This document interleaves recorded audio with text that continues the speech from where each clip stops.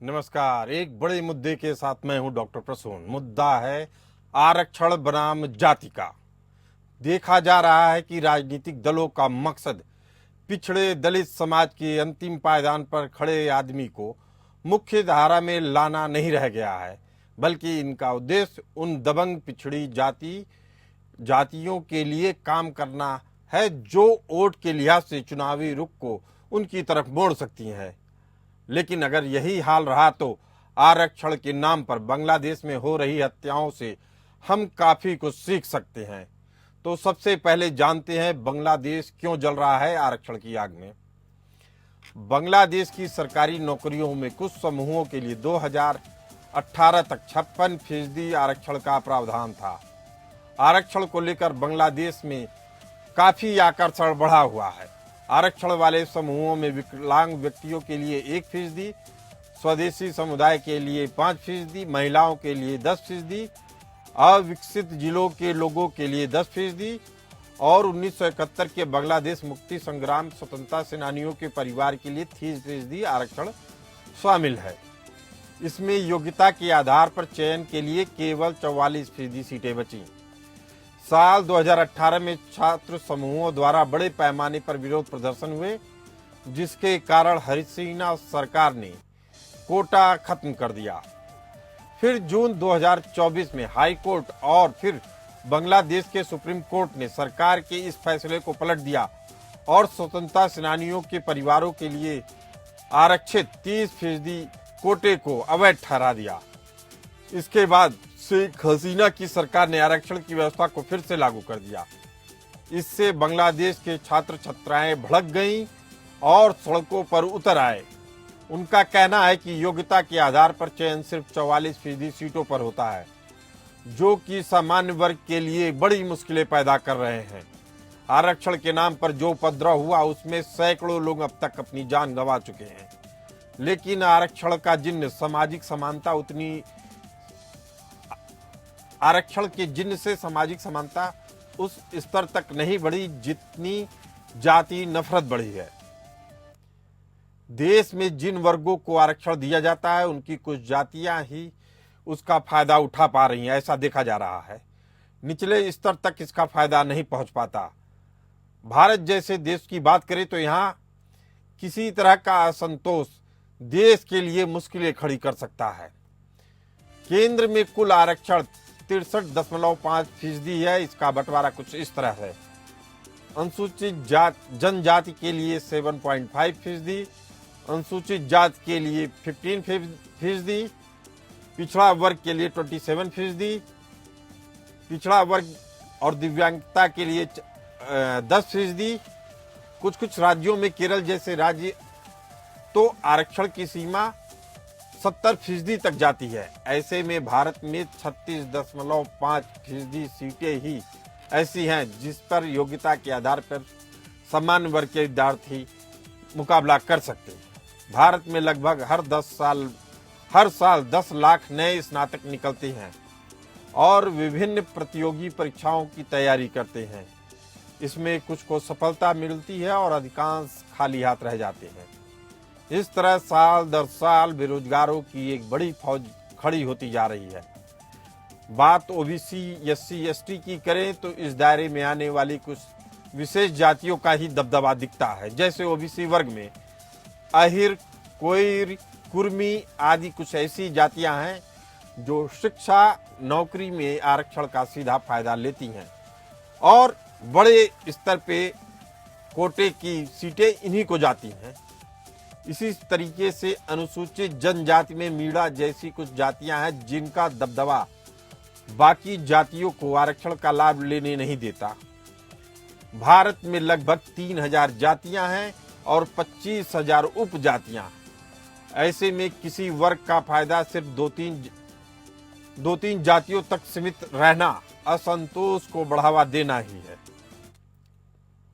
इसी असंतोष पर सुप्रीम कोर्ट का एक बड़ा फैसला आया। सुप्रीम कोर्ट के एससी एसटी आरक्षण के भीतर आरक्षण लागू करने के वैध ठहराने के निर्णय का तेलंगाना के मुख्यमंत्री रेवंत रेड्डी ने स्वागत किया है।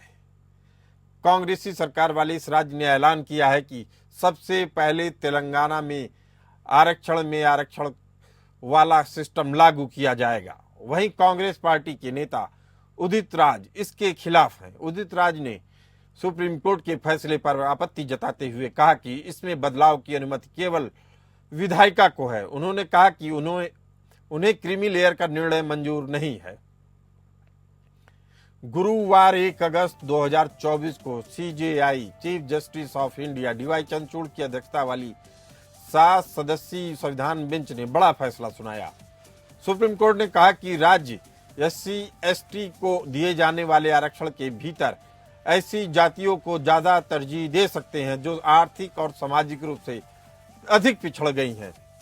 जस्टिस डीवाई चंद्रचूड़ ने कहा कि SC/ST कोई एक सजातीय समूह नहीं है और इस बात के भी सबूत हैं कि SC/ST में भी तमाम जातियों के बीच एक बड़ा विभेद दिखता है। चंद्रचूड़ ने यह भी कहा कि आरक्षण के भीतर आरक्षण देने से संविधान के अनुच्छेद 14 का उल्लंघन नहीं होता है। Chief justice of India Chandrachud ने कहा कि इस मामले में 6 निर्णय पहले भी आ चुके हैं और सभी में इस बात को माना गया कि आरक्षण के भीतर आरक्षण देना सही है।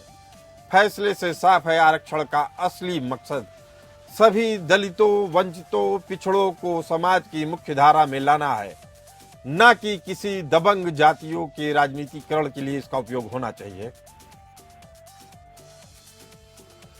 इसी मुद्दे पर चर्चा करने के लिए हमारे साथ मौजूद हैं गौतम राणे सागर जी, अम्बेडकरवादी हैं, और हरिमोहन कौशिक जी हैं, रिसर्चर।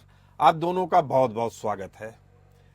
पहला सवाल गौतम राणे सागर जी से, इस तरह के जो कोटे की व्यवस्था है, क्या अम्बेडकर जी की यही सोच थी? गौतम जी।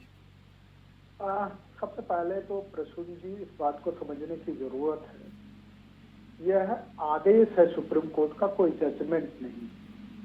अब डिफरेंसेस ये समझने की जरूरत है, आदेश और जजमेंट में अंतर क्या होता है। सुप्रीम कोर्ट का जो अपॉइंटमेंट सिस्टम है, कॉलेजियम, वो अपने आप में ही इलीगल है। संविधान के किसी भी अनुच्छेद में यह निर्धारित नहीं किया गया है कि सुप्रीम कोर्ट का जो अपॉइंटमेंट सिस्टम है वो कॉलेजियम के आधार पे होगा। तो जो संस्था ही असंवैधानिक है वो संविधान की व्याख्या करेगी। निश्चित तौर पे ये भारत के लिए दुर्भाग्यपूर्ण है। गौतम जी, इस विषय पे आपको रोकना चाहूंगा, इसलिए रोकना चाहूंगा कि जो यह संविधान का स्ट्रक्चर बना है ये परंपरा से लिया गया है। दूसरी चीज, आपने कहा कि यह आदेश है सुप्रीम कोर्ट का, जजमेंट नहीं है। एग्जैक्टली। और इसी जजमेंट को चुनौती दे रहे हैं उदित राज जी, कांग्रेस के नेता हैं, दलित चिंतक भी माने जाते हैं। वो कह रहे हैं कि विधायिका का काम है, सुप्रीम कोर्ट का काम नहीं है। अब ये बताइए कि जब तमाम दल जात के नाम पे दबंग जातियों का सपोर्ट करते हैं तो उसमें उन जातियों को कैसे अधिकार मिलेगा जो वास्तव में पिछड़े हैं, दलित है, समाज में वंचित वर्ग के लोग हैं? प्रसून जी, आपका ये प्रश्न पूरी तरह से वाजिब है। उस वाजिब प्रश्न पे हम कोई प्रश्न चिन्ह नहीं लगा रहे हैं। आज भी जब ये कहा जाता है कि शेड्यूल कास्ट में एक दबंग जातियां हो गई हैं, बावजूद इसके आपको ये देखने को मिलेगा, हर जगह उदाहरण मिल जाएगा, नॉट फाउंड सुटेबल। जब भर्तियां होती हैं कई जगह जो शेड्यूल कास्ट के लिए रिजर्व सीट हैं, उन सीट को खाली रखा जाता है और लिखा जाता है नॉट फाउंड सुटेबल। तो अब आप कल्पना करिए, जब ऐसी स्थिति में जिनको सुप्रीम कोर्ट ये मानता है कि ये लोग दबंग लोग हैं, शैक्षणिक तौर पे मजबूत हो गए हैं, सामाजिक तौर पे मजबूत हो गए हैं, आर्थिक तौर पे मजबूत हो गए हैं, शैक्षणिक क्षमता इनकी ऐसी हो गई है कि वो दूसरे से भी कंपटीशन कर सकते हैं, तब भी नॉट फाउंड सुटेबल लिख करके आ रहा है। गौतम राणे जी, इस बात को आपको समझना होगा। मैं कई शैक्षिक संस्थाओं से भी जुड़ा रहा हूं और अभी भी जुड़ा हूं। आपको एक चीज स्पष्ट कर देता हूं, विश्वविद्यालयों में जो चयन प्रक्रिया होती है उसमें कई बार विश्वविद्यालय की अपनी जरूरतों के हिसाब से उपयुक्त उम्मीदवार नहीं मिलते हैं। उसमें अगड़े भी शामिल हैं, पिछड़े भी शामिल हैं, उसमें भी यही शब्द लिखा जाता है। तो इसे हम मान के नहीं चलना चाहिए कि यह केवल दलित जातियों के लिए लिखा जाता है। ऐसे प्रसून मैं आपको 10 एग्जाम्पल दे दूंगा प्रोफेसर के। प्रसून जी, आप 10 दे देंगे, मैं 10,000 एग्जाम्पल आपको दे दूंगा। और जो यूनिवर्सिटी की भर्तियों की प्रक्रिया की आप बात कर रहे हैं, उस प्रक्रियाओं को किस तरह से संपादित किया जाता है ये भी दे दूंगा। अभी थोड़े दिन पहले उच्चतर शिक्षा सेवा चयन आयोग इलाहाबाद से असिस्टेंट प्रोफेसर की भर्ती हुई थी। आप सुनकर के ताजुब करेंगे, उस असिस्टेंट प्रोफेसर की भर्ती पे जो कट ऑफ लिस्ट बनाई गई वो बैकवर्ड की कट ऑफ लिस्ट थी 124, शेड्यूल कास्ट की कट ऑफ लिस्ट थी 114 और जनरल की कट ऑफ लिस्ट थी 107। कल्पना आप करेंगे, इसको भी आप पारदर्शिता करेंगे? देखिए, यह विषय अभी हमारे जानकारी में नहीं, अगर आपने डाला है तो इस पे अगर ऐसी बात है तो ये चर्चा करने का विषय है गौतम जी। लेकिन कई बार तथ्यों को जब आंकते हैं, सुन लीजिए गौतम जी मेरी बात, जब तथ्यों को आंकते हैं तो कई बार तथ्य गलत भी निकल सकते हैं, इस पे हम जांच करेंगे। लेकिन अभी बात जो विषय हो रहा है कि क्या बांग्लादेश में जो आरक्षण की आग लगी है उससे कुछ सीख ले सकते हैं कि नहीं, यह बात इसलिए महत्वपूर्ण है कि अभी चर्चा हमारी जो हो रही है वो आरक्षण पे नहीं हो रही है, जातियों के हिस्सेदारी पे हो रही है। वो जातियां कहां जाएंगी जो अभी तक 70 साल में भी पिछड़ी रही हैं। इसी को न्यायोचित ढंग से इंसाफ देने के लिए इस बात को उठाया जा रहा है। अब सवाल दो है गौतम जी, आप आरक्षण की बात कर रहे हैं या जातियों की बात कर रहे हैं? जातियों में भी जो समाज के अंतिम पायदान पे खड़े व्यक्ति हैं उनकी बात कर रहे हैं कि दबंग जातियों की बात कर रहे हैं? जैसे हमने आपको तमाम नाम गिनाए, ओबीसी में यादव जाति है, कुर्मी जाति है, ये सब जाति है, कुर्मी जात है, साठ है, सैनी है, कुशवाहा है, ठीक है। एसटी में आप आ जाएंगे, मीना है, और शेड्यूल कास्ट में आप आ जाएंगे तो आपको जाटव नजर आएगा जी। हम उससे आप जो आप गिनाना चाहते हैं हम आपको बता दे रहे हैं। लेकिन हम ये जो कह रहे हैं, सुप्रीम कोर्ट अगर वाकई निर्णय देने की स्थिति में होता, जजमेंट पास करता, तो सबसे पहले ये पूछता क्या शेड्यूल कास्ट के लिए और शेड्यूल ट्राइब के लिए जो सीटें रिजर्व की गई हैं वो अभी तक फुलफिल हो पाई हैं कि नहीं हो पाई हैं। अगर फुलफिल होने के बावजूद भी कुछ लोगों को उसके लाभ में नहीं लाया गया है, लाभ से संतृप्त नहीं किया गया है, तब ये कदम उठाया जाता। तो एक बार सोचनीय था, एक बार विचार किया जा सकता कि सुप्रीम कोर्ट वास्तव में कुछ आप सुप्रीम कोर्ट के फैसले पे सवाल खड़ा कर रहे हैं गौतम जी। हमारे साथ हरिमोहन कौशिक जी हैं, रिसर्चर हैं। हरिमोहन कौशिक जी, सुप्रीम कोर्ट के इस फैसले से तमाम ऐसे लग रहा है राजनीतिक दल के नेता हैं जो अभी भी सीख नहीं लेना चाहते हैं। जैसे जाट आरक्षण की बात होती है, मराठा आरक्षण की बात होती है, ये सब दबंग जातियां अपने राज्यों में, उसके बाद भी इनके लिए आरक्षण की बात होती है। कुछ समय अगर यही हाल रहा तो जो बाबा साहब का सपना था कि दलित वंचित को आगे लाने की चीज, वो तो हमेशा पीछे रह जाएगी। हरिमोहन कौशिक जी। सर, हम इसे शुरू करते हैं बांग्लादेश जी। बांग्लादेश में 50 साल से एक आरक्षण की व्यवस्था थी जो फ्रीडम फाइटर्स के नाम पर 1971 में जो लड़े उनके बच्चों को मिली। तो पहली जनरेशन तो वो जिन्होंने लड़ाई करी, दूसरी जनरेशन वो जो उनके बच्चे, तीसरी जनरेशन वो जो उनके पोते पोतियां। सर आप सोचकर देखिए, 40% आरक्षण सिर्फ और सिर्फ उन लोगों को मिल रहा है जो फ्रीडम फाइटर से उनके 3 पीढ़ियों को मिल रहा है। इसका कोई लॉजिकल आंसर बांग्लादेश की गवर्नमेंट नहीं दे पा रही जी। बस वो ये कह रहे हैं कि या तो ये इनके साथ है जो कि मतलब आजादी के साथ थे, और दूसरे वो जो पाकिस्तान के साथ। तो बांग्लादेश की गवर्नमेंट का वहां क्रिटिसिज्म होना है जी। अब उसी कंटेक्स्ट में उठाते हैं सुप्रीम कोर्ट के मामले।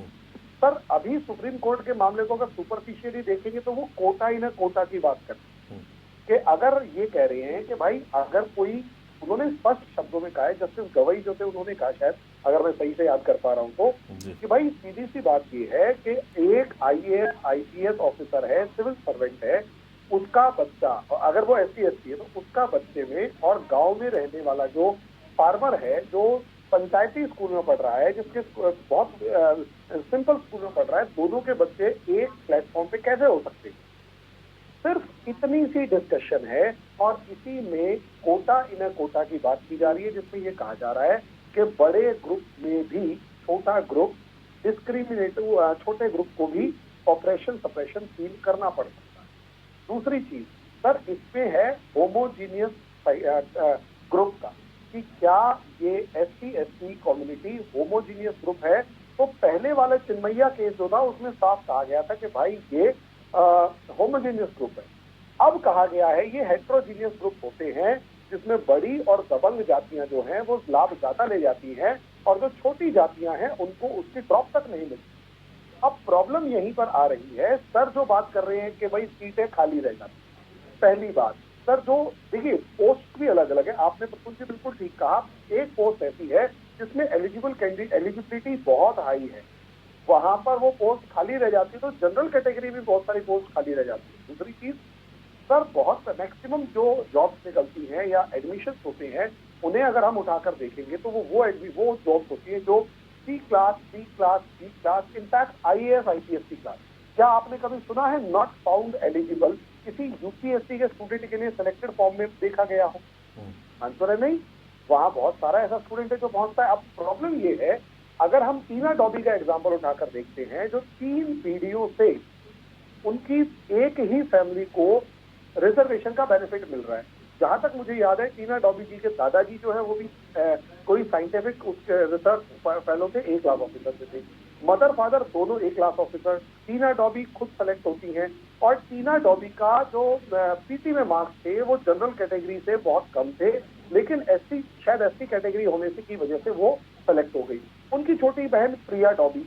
अब सर ये एग्जाम्पल इस चीज को सेट कर रहा है, और ऐसे बहुत सारे एग्जाम्पल्स हैं। ये तो टॉपर का मामला है, एग्जाम्पल्स अगर उठाकर देखेंगे तो ऐसे बहुत सारे मामले हैं जहां पर रिजर्वेशन का बेनिफिट वो स्टूडेंट्स ले जाते हैं जो कि जनरल, जिनकी इकोनॉमिक कंडीशन और सोसाइटी में रेपुटेशन जनरल से भी कहीं ज्यादा अच्छी है।